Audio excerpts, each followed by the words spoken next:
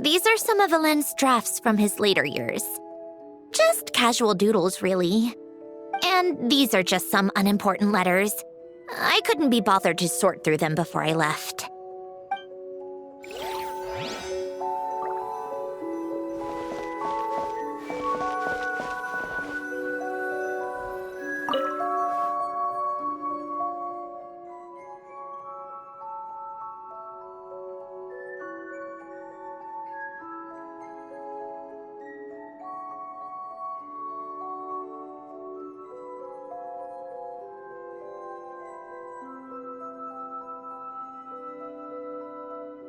Oh, I played with these when I was little. During the first few months after I was created, I mean. At first, Alen and I would play together, but it didn't take long for me to become unbeatable. So, Polonia and I played together instead. Yeah, these don't look like Paimon's kind of games. Logic and math puzzles? Those happen to be my specialty. It's been so long. What do you say? Should we play a few rounds? Let's go with this one. The gears on the left are stacked from largest to smallest. The goal is to move them to the other side in the fewest number of moves. Just remember, you can't stack a bigger gear on top of a smaller one.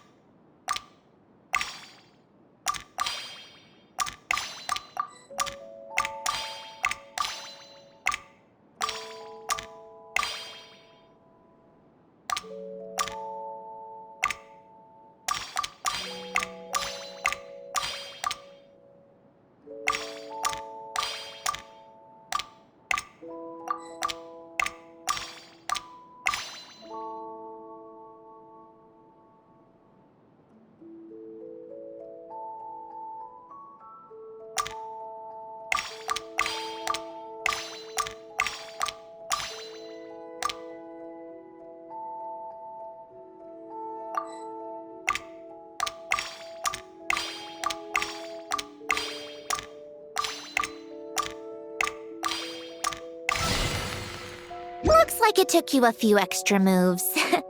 My first attempt was the same. You'll get better with practice. Well, what did you think of the game?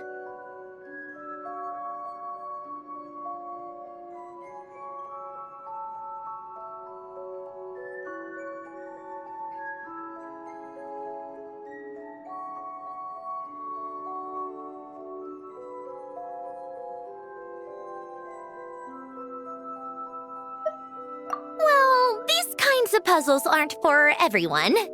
I suppose my upbringing wasn't exactly conventional in that sense.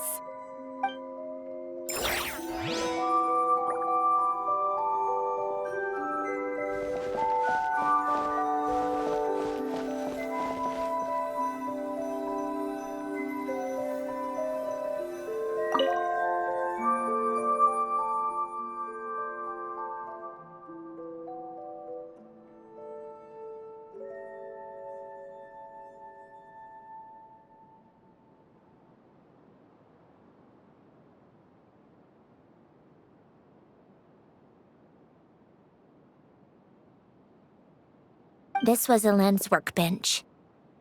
Later on, of course, it became mine. It's where both Polonia and I were brought to life.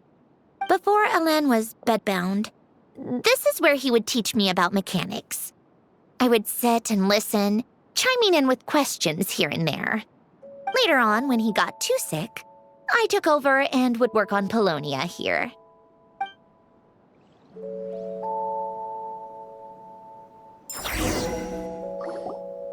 Wow! This house is filled with so many memories! It's so cozy and charming! You should have seen it in its prime, when people actually lived here. A lit fireplace, a steaming cup of coffee. That's the real deal. You know, we also used to have a mechanical piano that Elaine built. Ooh!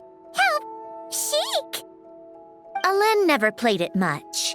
He probably wasn't able to at that point. But I managed to teach myself.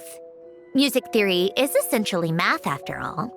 Once you learn the patterns, it's not really that difficult. I loved perusing Elaine's collection of classical music. The chords and harmonies felt like individual mathematical puzzles. It was fascinating, so I did some composing as well.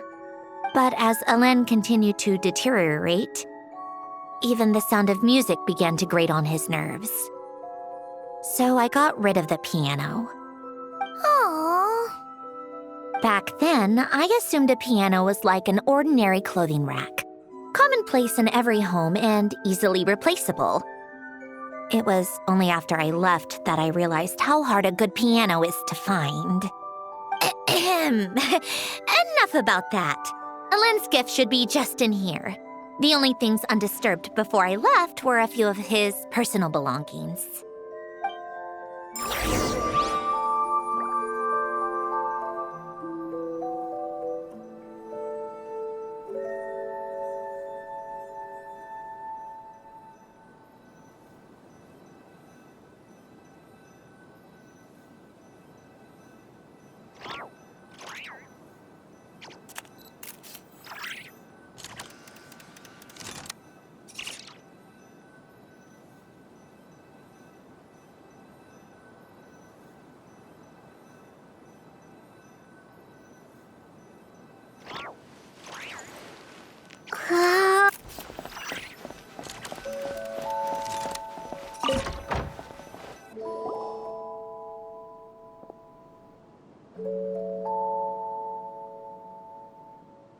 Wait, there's a hidden compartment at the back of this box. Looks like it's locked with some kind of gear mechanism. Knowing you, Elaine, I'm guessing it goes like this, then like this. Got it. Am I a genius or what? Let's see here. A box? Well, you gonna open it?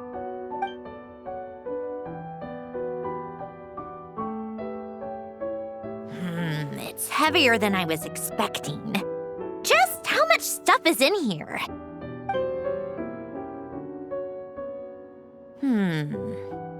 A letter? And a bunch of junk underneath it. None of it seems that important. Wait a second. This should be it. A cube? It's a multidimensional algorithmic core. Ellen would use it to store information. Only Polonia and I have access. All right, I'll start looking into the core and the letter. Feel free to go through the rest of the stuff and see if there's anything useful.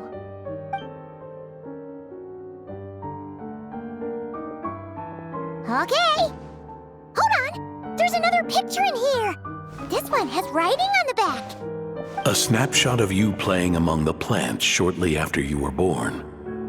You seem to like these flowers a lot. May you grow and flourish just as they do.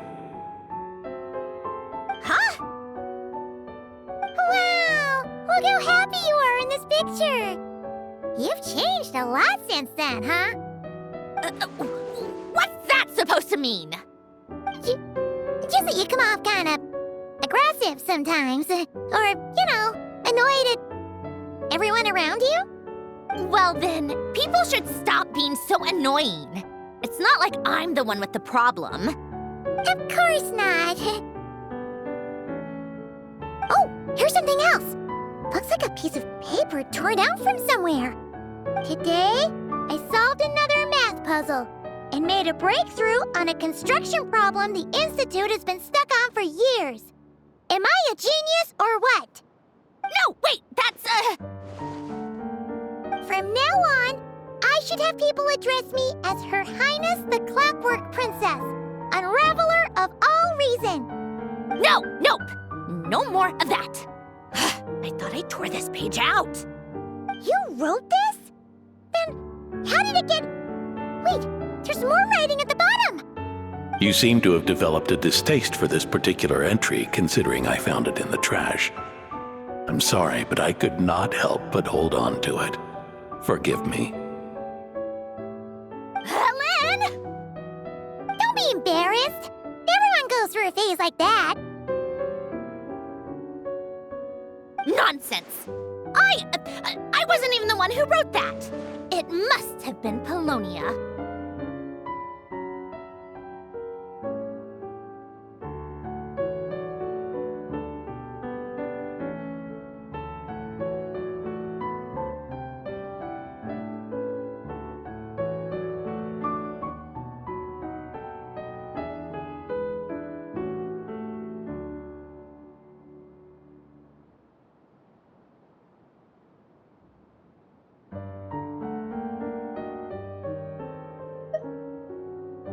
That's enough.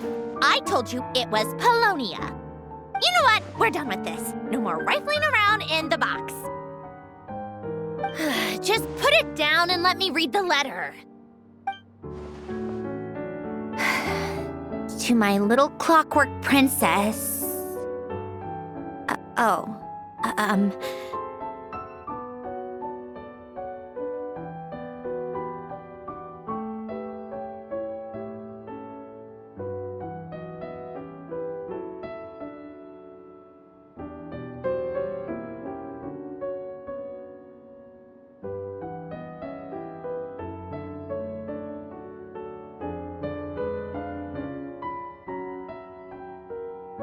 Not another word. Got that? If you're reading this, You've most likely received the gift I left for you.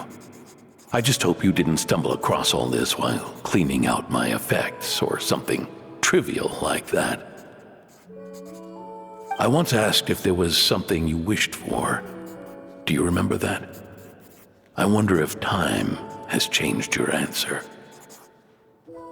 Regardless, I have another gift. A formula that will allow you to come face to face with the anomaly inside of you. If you even still call her that. Why this gift? To understand that, allow me to wax poetic on the soul once again. I would ask you to stick with me until the end, but I know you will. You always have. I believe a person should be born twice over in their lifetime. First, there's the birth that grants us life, then the birth of the soul. It's a matter of transforming the life bestowed upon us into the life we choose for ourselves. And to do that, we must look inward. We must make a conscious choice to define the meaning of our life instead of allowing the happenstance of our existence to pass us by. This is the process of recognizing the soul that lives within us. You are my proudest masterpiece. I told you that long ago. But to me, you have never been a creation or a machine. To me, you're just like the rest of us. You have a heart. In fact, some theories think of the human brain as nothing more than a machine, and thought the product of its computations. So you see, perhaps we're not so different after all. Your inner machinery is just far more advanced than most. No matter how one looks at it, the heart is a complex thing, a place where logic and reason collide with our emotions. Your computational capacity allowed you to become sentient and develop logical reasoning, but it also granted you something that, on the surface, might seem contradictory: emotion. Emotions and logic often clash with each other, and those instances of discord can accumulate over time. That is the source of what you refer to as the anomalies within you. As you told me once, you've always known what you don't want, yet you've never wished for anything in particular. Similar to how a blind person can feel when a part of their body is in pain without being able to fully visualize its form, such is your relationship with your soul. So, what I leave you now is this: a formula that will allow you to see the shape of your soul. For if you want to protect your heart, you must first be able to recognize it within yourself. Of course. Whether you use it is entirely up to you. You are, and always have been, free to do as you wish. Regardless, whether by my formula or some other means, I trust you will know your heart one day. You always were a fast learner, and the smartest person I've ever known. Ellen. Oh.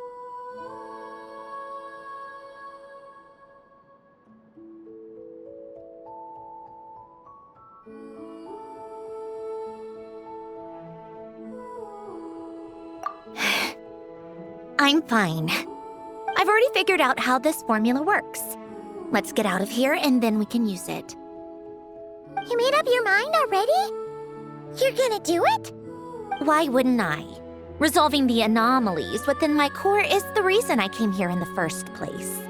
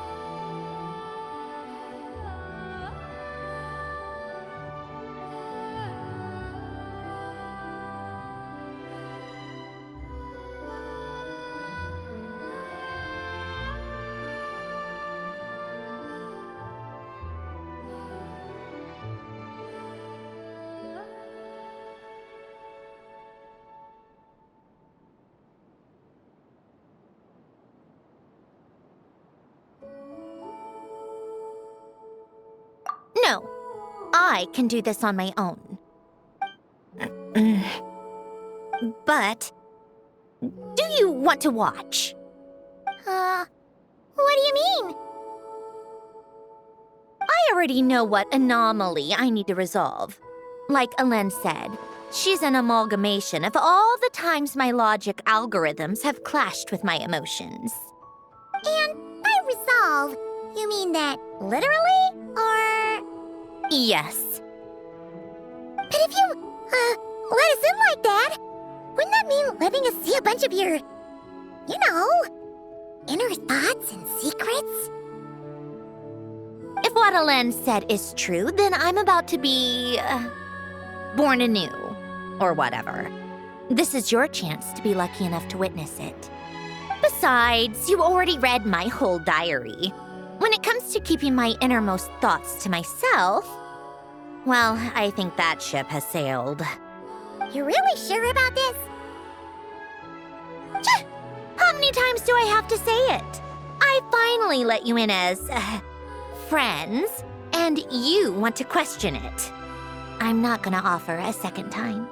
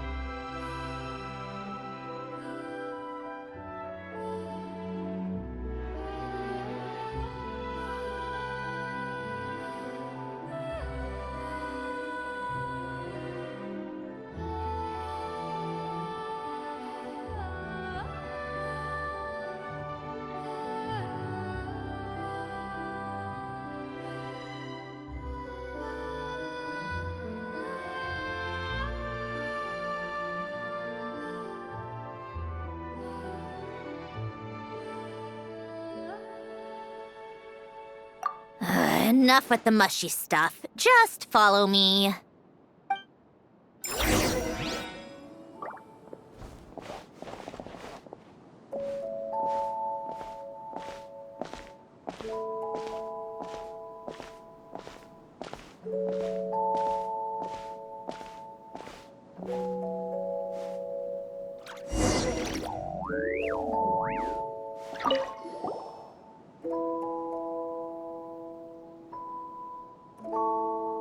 All right. With the numerological array, I can construct a simple formula that will allow you to experience what I see and hear in real time. Oh, just like St. Lolly's scent-sharing technique. Been there, done that. Sounds like that shaman has some tricks up her sleeve. The arcane and the mathematical are both fundamental laws of this world. Being able to achieve a similar result through both isn't surprising. Anyway, let's get this show on the road. But no comments from the peanut gallery, okay? I know I offered, but I still don't want any interruptions.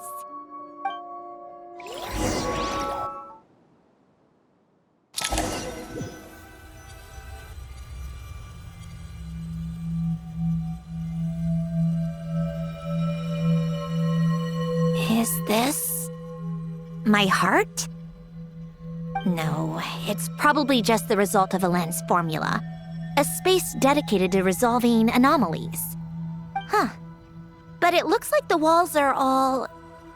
mirrors? You made it. About time. Is that me? From the past? You just spoke of anomalies. Well, here I am. What happens when emotion contradicts reason? Shall we sit down and talk?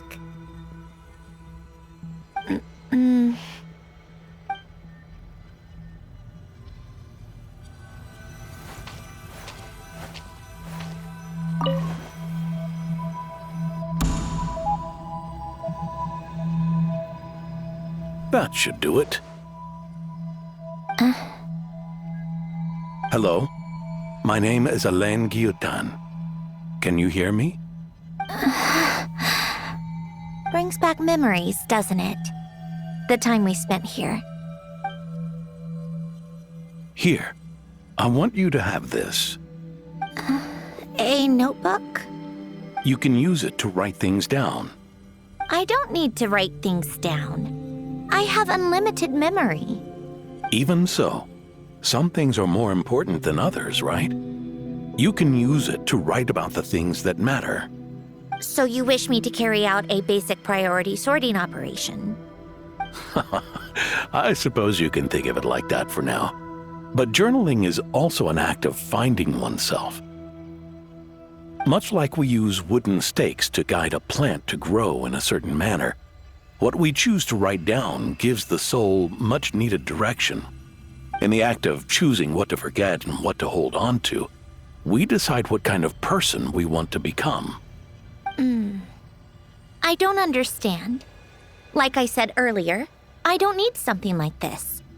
This is where we were born, where our life began. Mornings of tending to the garden, afternoons spent cleaning, reading, or studying, evenings of cozying up by the fire, listening to Alain share stories about his past. Alain. What is it? What are you drinking? Oh, this? It's coffee. It, makes me more productive. I want to try it. Oh, okay. Here.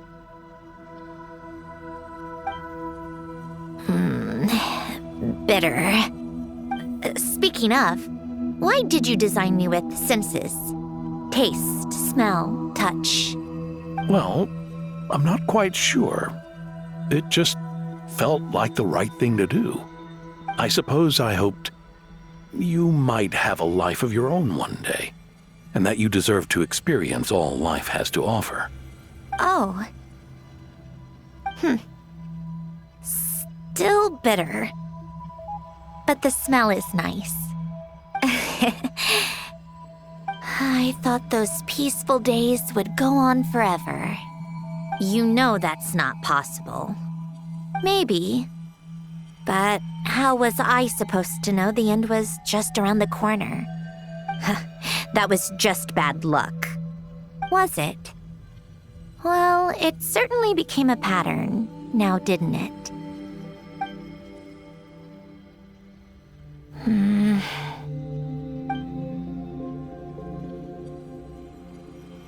Over time, one of the habits we picked up from Elen was a love of coffee.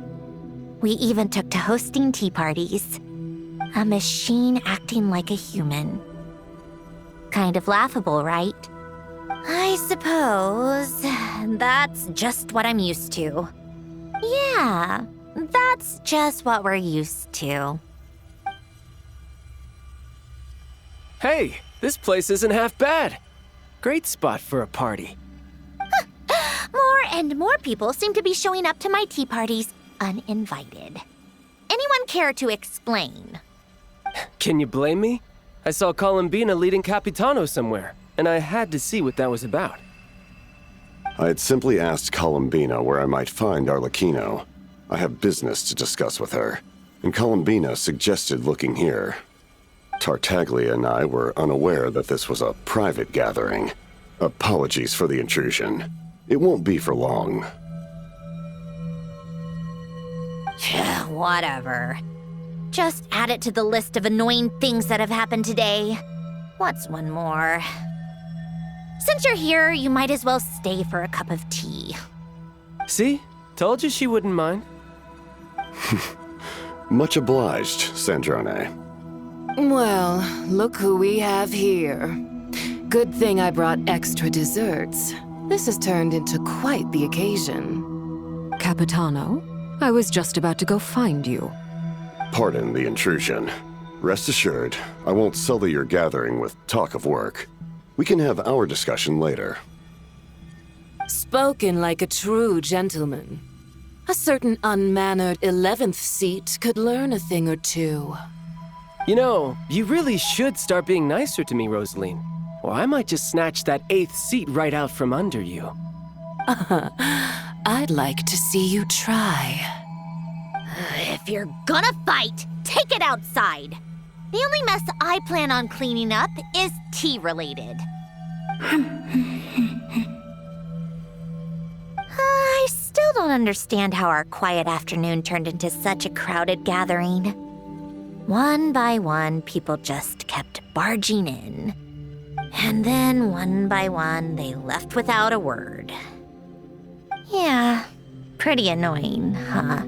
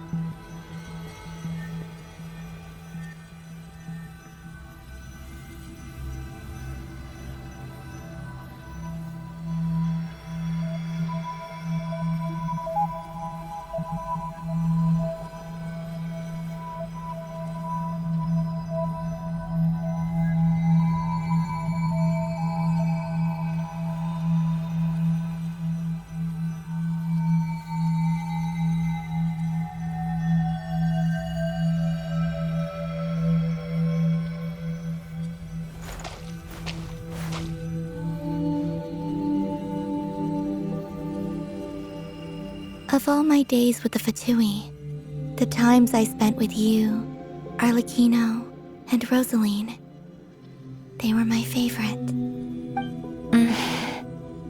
Goodbye, Sandrone.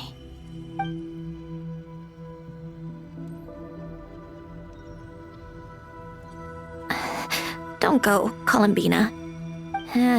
We should have just said that. Why didn't we? If we had, would the story have had a different ending? She couldn't stay. There was no future for her here. She would have just faded away. You're right. I suppose that's why you call me an anomaly. Every time you make a decision, there's a voice inside your heart. My voice, asking to contradict all logic and reason. Why didn't we make her stay? Is it worse to fight for something just to lose it? Or not to have fought at all? Don't you find it unfair? One by one, we keep losing the things we care about the most. But in the end, whether I want to fight for something or cry over all we've lost, you just push it down and pretend not to hear.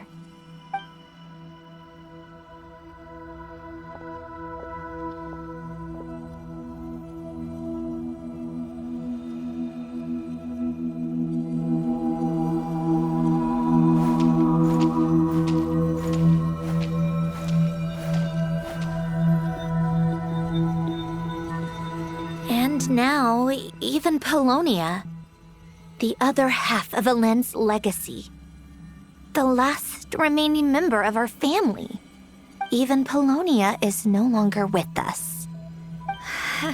I did everything I could, but it's just like Elend always said.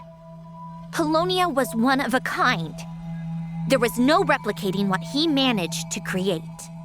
Don't you feel like our connection to the past is fading bit by bit? Like, even the things we have left are slowly slipping away. I suppose. But you can't move through life without having to say goodbye. And even as we experience loss, there are always new things to be gained. Ever so logical. What's your take then? It feels like the more I care about something, the faster the world takes it away. It sounds so stupid, but I can't help it. That's the hand life has dealt me time and time again.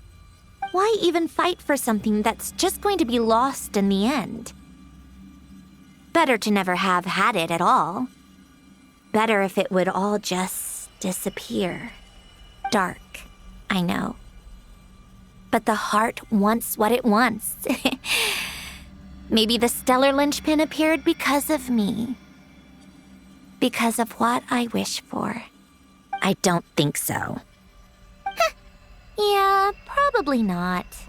What an anomaly wants goes against all logic and reason after all. Well, go ahead and do what you came for. You're here to resolve the anomaly, aren't you?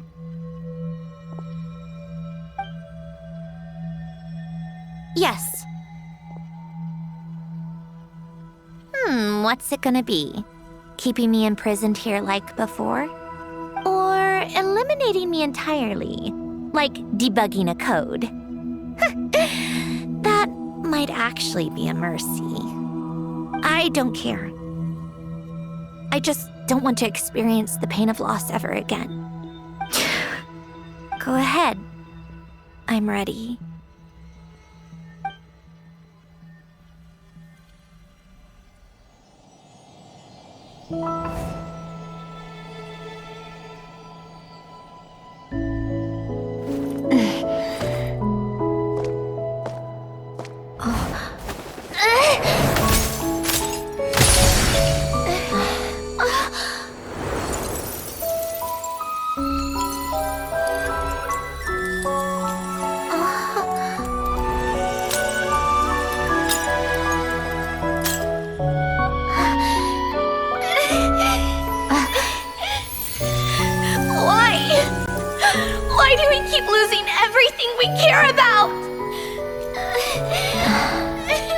I know it hurts, but that's life.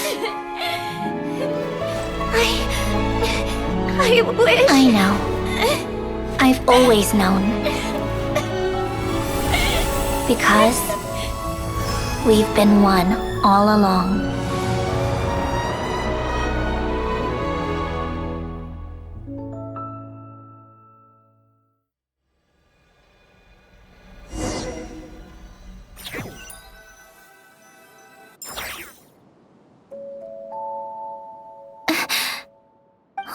Cendrone! I'm fine. It's okay to cry, you know. Cry? You've got to be kidding me. Save the comforting for someone who needs it, Paimon.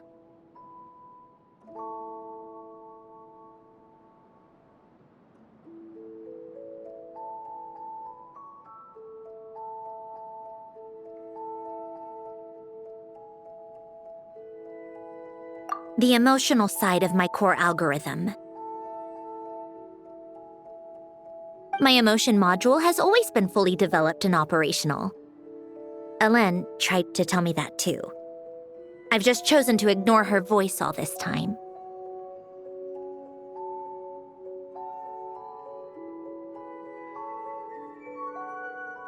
I suppose. Come to think of it, it's kind of like the aquarium on the ship. The aquarium? The old me took one look at it and saw something I would inevitably lose. So I stopped putting in the effort. Then, one by one, the fish all swam away, and the place became even more bleak and depressing. Pretty pathetic, right? Don't say that. A lot of people would feel the same. It just shows how much you care about what you have. Now? After seeing what you've done with the aquarium, I have to admit, I think it's beautiful. It's like you said, we get to keep the things we gain along the way. And those are things that can never be replaced, because we choose to hold them in our hearts. Well said. Besides, I've already died once. I'd be stupid not to make the most of this second chance. Right. Earlier you, or your inner self, mentioned something about her wish. What was it? You think that's something you can just ask and I'll tell you? Think again. I may have accepted my emotional self, but I'm not about to go all soft and mushy on the inside and pour my heart out.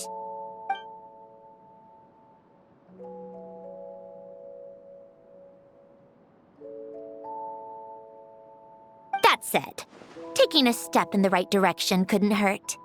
Starting with cleaning some old aquarium tanks of my own. Huh? Metaphorically speaking, I mean. Come on, let's head back to the ship. I need to talk to that shaman.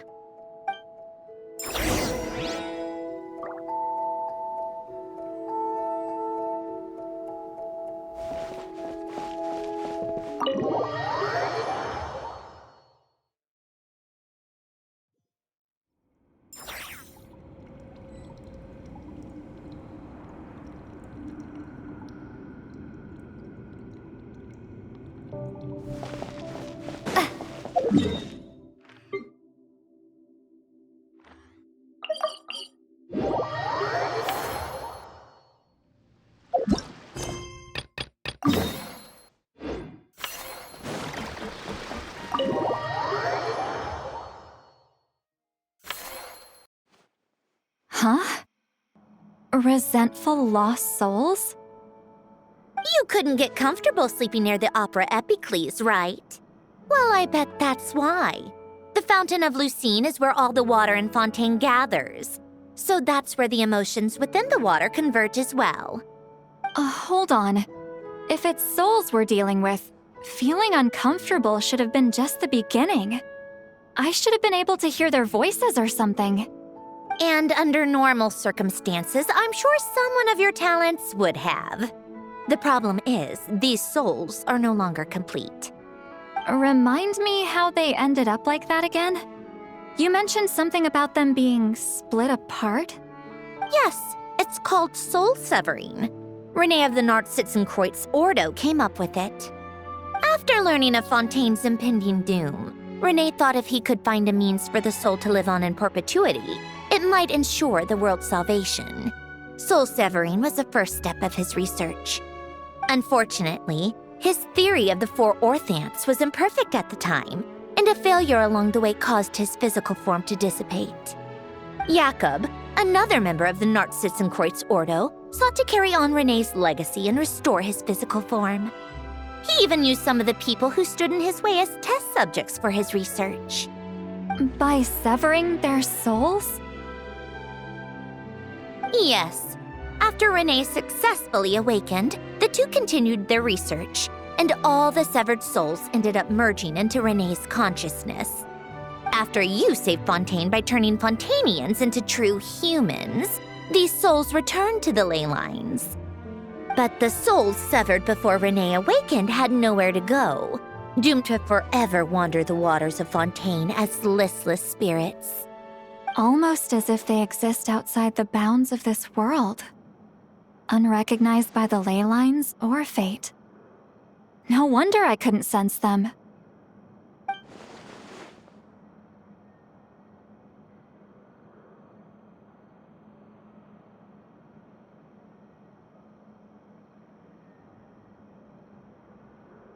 Not only that, but over time, they began to fuse with other entities. Their inner resentment lured in all sorts of evil beings, which corrupted and defiled them into nothing more than accumulations of filth. But the full transformation must have been recent. Otherwise, the Udex surely would have noticed. Wait, no, he must know already. That would explain the underwater melazine patrols. No wonder I kept running into officers from the Mara Chaussee Phantom earlier. In that case, let's go find Nervalette and we can sort it out together. No, not just yet. Why not? For one, the diplomatic castle alone would be a nightmare. Even though I haven't reported back to Snezhnaya yet, I'm not planning to leave the Fatui anytime soon. Besides, with me here, success is a done deal. Involving other people would just complicate things. All I need is for Miss Seat Lolly to help pinpoint the location of this monstrosity. Think you can do it? With my eyes closed. This is what I do. I'm a lot better at it than manning a desk, at least. But, how exactly do you plan on resolving this soul stuff? Even to me, there's no obvious answer. Seems pretty complicated, all things considered. Just trust me. I have the perfect solution. Oh, all right. If you're that confident, we'll follow your lead. Why the sudden interest in helping Fontaine with this, Androne? You never knew Renee and the others, right? No, I didn't. And you're right. This problem has nothing to do with me. I wouldn't get within 10 feet of the Nartsitzenkreuz Ordo or its members. But in his later years, Elen told me he regretted not helping his best friend when he needed it the most. He also felt sorry towards Marianne for being too lost in his mechanical research to look after her properly. If he were still with us, I think he'd do the same.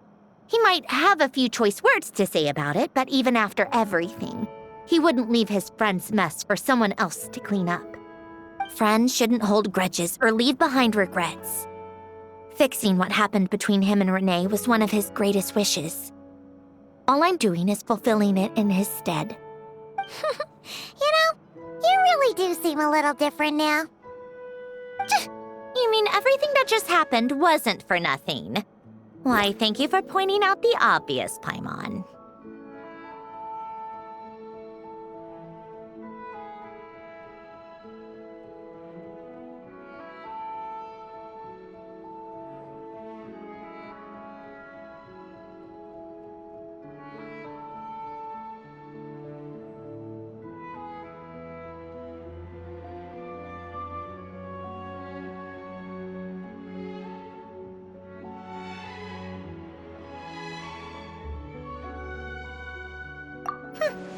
just washing off the grime of the past. Turns out, a lot can build up after being ignored for so long. What's this about aquarium tanks all of a sudden? They go off on some grand adventure and what? Now they have their own private code? Stupid. All right then, Lolly. Tracking this thing down is up to you. Huh? Oh, right. No problem. You get this, Granny Eatsley!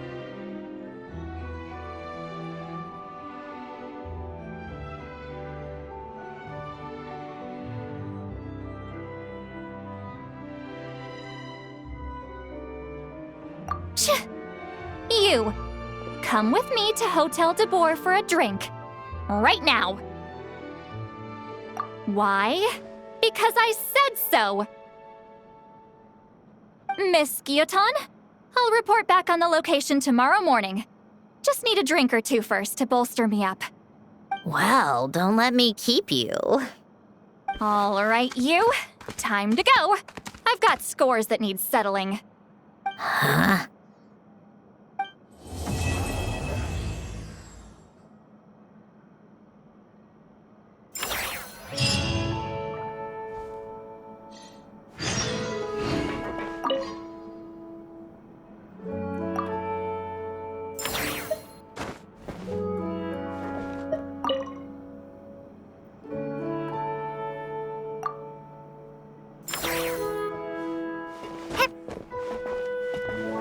Listless, abandoned souls.